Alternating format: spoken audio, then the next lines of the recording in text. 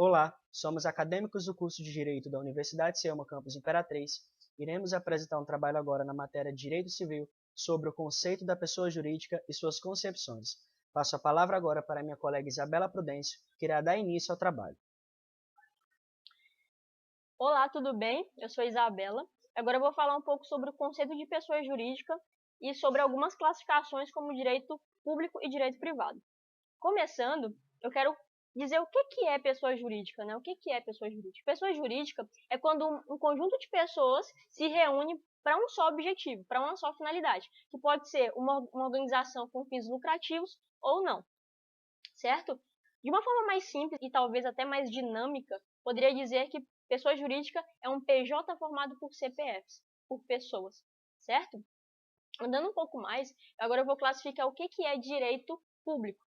Direito público já dá para entender e talvez até prever que tem alguma coisa relacionada ao organismo estatal, né, ao Estado, e ele tem algumas vertentes. Como assim? O direito público, ele regula atividades entre estados e servidores. E essas atividades, elas podem ser internas ou externas, certo? Lembrando que pessoa jurídica é um conjunto de pessoas para fazer um organismo, uma instituição, alguma coisa do tipo.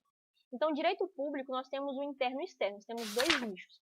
O direito público interno é tudo aquilo que se refere a questões aqui nacionais, tá? Instituições, empresas que são feitas aqui no nosso território, como, por exemplo, a ANP, que é a Agência Nacional do Petróleo, como, por exemplo, a Anvisa, que é a Agência Nacional de Vigilância Sanitária, ali ligada com o Ministério da Saúde, até mesmo a Anatel, que é a Agência Nacional de Telecomunicações. Não sei se você percebeu, mas todas as SICs e todas as empresas que eu citei, elas têm ligação com o Estado e elas são nacionais, tá? Eu quero que você frise nisso, porque vai ser a distinção primordial com o direito público externo. Quando a gente parte para o direito público agora externo, de acordo com o artigo 42 do Código Civil Brasileiro ali de 2002, se trata de pessoas, o direito público externo são os estados estrangeiros, se trata dos estados estrangeiros e todas as pessoas que foram regidas pelo direito internacional público. Então, como assim? Vou te dar alguns exemplos de direito público externo. A ONU, a Unesco, o Mercosul, como você pode ver aí no slide, eles são externos, eles têm ligações com o estrangeiro. Eles não necessariamente foram criados aqui, mas eles pertencem também ao nosso país e fazem diferença social também no nosso país, certo? Então, quando você vê direito público, liga a questões estatais. Quando você vê interno, liga questões nacionais e externo com questões estrangeiras, ok? Caminhando mais um pouco, agora eu vou falar sobre o direito privado. E no direito privado, o conceito que eu quero que tu fixe é o seguinte, que o direito privado, as pessoas jurídicas de direito, são instituídas por iniciativa de particulares. Aqui é uma questão mais restrita. Aqui não é uma questão, uma empresa, um organismo que vai impactar toda uma nação, por exemplo, né, que vai ter ali órgãos como o direito público da União, né, órgãos ali como o Estado, territórios municipais e algo mais particular. Tá? O direito privado, assim sendo, ele é dividido em dois. O direito privado estatal e o direito privado particular. E eu vou te dar exemplos que vai ficar bem claro. O direito privado já tem que ligar, é algo mais restrito. E se for estatal, é uma empresa que ela recebe, ou uma instituição, uma fundação, uma sociedade, que ela recebe incentivos, que ela recebe investimentos estatais. Como, por exemplo, uma empresa mista. Uma empresa mista, ou até uma associação também pode se usar de exemplo. Ela roda com o capital dela, então ela gera ali o capital dela, mas ao mesmo tempo ela recebe financiamentos ali do governo. Essa empresa, ela é um direito privado estatal, porque ela recebe incentivo do governo. Por outro lado, nós temos o direito privado particular, que é constituído empresas e organismos, estou citando muito isso, mas eu quero que tu frise isso, é que essas empresas privadas particulares, elas não recebem nada de incentivo fiscal público, tá? Elas rodam 100% com o capital delas. E para deixar mais claro, eu quero trazer uma empresa aqui, que ela roda sim, eu acompanho o dono dela e eu quero te trazer para tu entender. Como assim? Tem uma empresa até imperatriz chamada WhatsApp, é uma escola de inglês. Essa empresa, o dono é o Flávio Augusto, tá? É um empreendedor brasileiro, enfim, muito bem sucedido, bilionário, analista da Forbes e por aí vai. E aí nós temos o direito particular.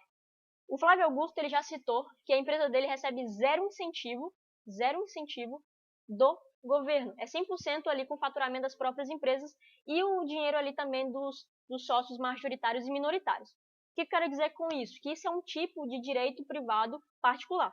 tá bom? Então, eu espero que tu tenha entendido o conceito de pessoa jurídica, que tu tenha entendido o que é o direito público e privado e as suas vertentes, tá bom? Agora eu vou passar a palavra para minha colega Rebeca, que ela vai falar sobre natureza jurídica e algumas das teorias.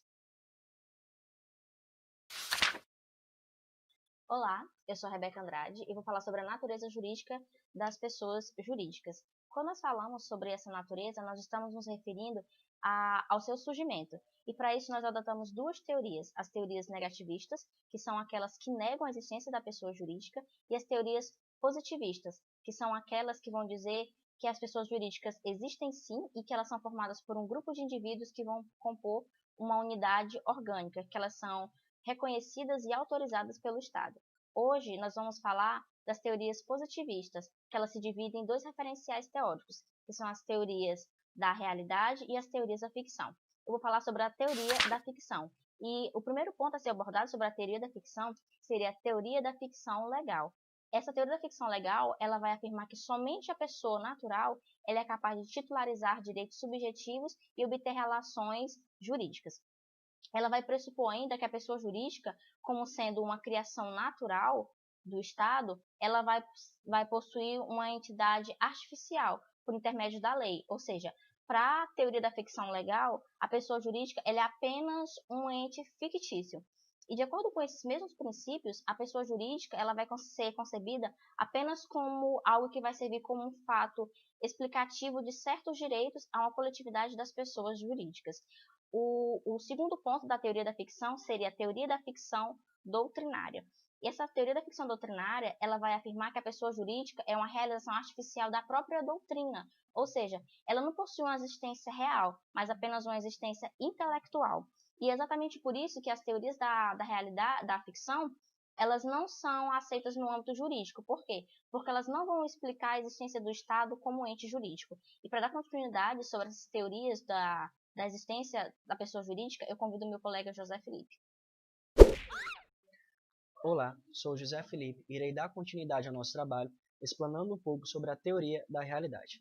A teoria da realidade se caracteriza em sentido contrário à teoria da ficção, que formaliza que as pessoas jurídicas são seres vivos e não seres abstratos, isto é, que possuem existência própria e concreta dentro da sociedade. Na sua essência, a teoria da realidade explica que não há a existência de ficção dentro da personalidade jurídica. Para essa doutrina, a pessoa jurídica é, ao invés, dotada de uma personalidade real. A teoria da realidade se divide em três pontos principais, que seriam a teoria da realidade objetiva, a teoria da realidade técnica e a teoria da realidade das instituições. Para a teoria da realidade objetiva, contrariando a ideia anterior, explanada pela teoria da ficção, a pessoa jurídica teria existência social e consiste em um organismo vivo dentro da sociedade, o qual atua dentro de todo o corpo social. A teoria da realidade sustenta ainda que há, junto às pessoas naturais, organismos sociais, que são princípios jurídicos que constituem existência e vontade própria dentro da sociedade. Ou seja, para a teoria da realidade objetiva, a pessoa jurídica é formalizada dentro de um valor sociológico. Segundo a teoria da realidade objetiva, as pessoas jurídicas possuem ainda um corpus, que administra e mantém a entidade em contato com o mundo, e um ânimos, o qual é a ideia predominante, a qual é manifestada por meio das associações e das sociedades, por meio da vontade dos grupos componentes. Uma crítica que se faz a essa teoria é que a mesma não exemplifica como os grupos coletivos se tornam sujeitos de direitos e deveres. Posteriormente, temos a teoria da realidade técnica. Para essa teoria, a pessoa jurídica é real, porém, dentro de uma realidade técnica. Ou seja, para essa doutrina, a pessoa jurídica possui uma realidade distinta das pessoas naturais. Essa teoria afirma ainda que a personificação dos grupos sociais é dada por meio de uma ordem técnica, pois esse seria o único meio pelo qual o direito possui para encontrar e atribuir a existência de grupos capazes. Para a teoria da realidade técnica, a pessoa jurídica situa-se como um produto da técnica jurídica, rejeitando a tese ficcional para considerar os entes coletivos como uma realidade, que não seria objetiva, pois a personificação dos grupos sociais se dá por meio de uma construção jurídica, ou seja, o ato de atribuir personalidade não seria arbitrário, mas dentro de uma realidade e uma situação concreta. A doutrina entende que a teoria da realidade técnica seria a que melhor explica o tratamento dispersado à pessoa jurídica por nosso ordenamento jurídico brasileiro.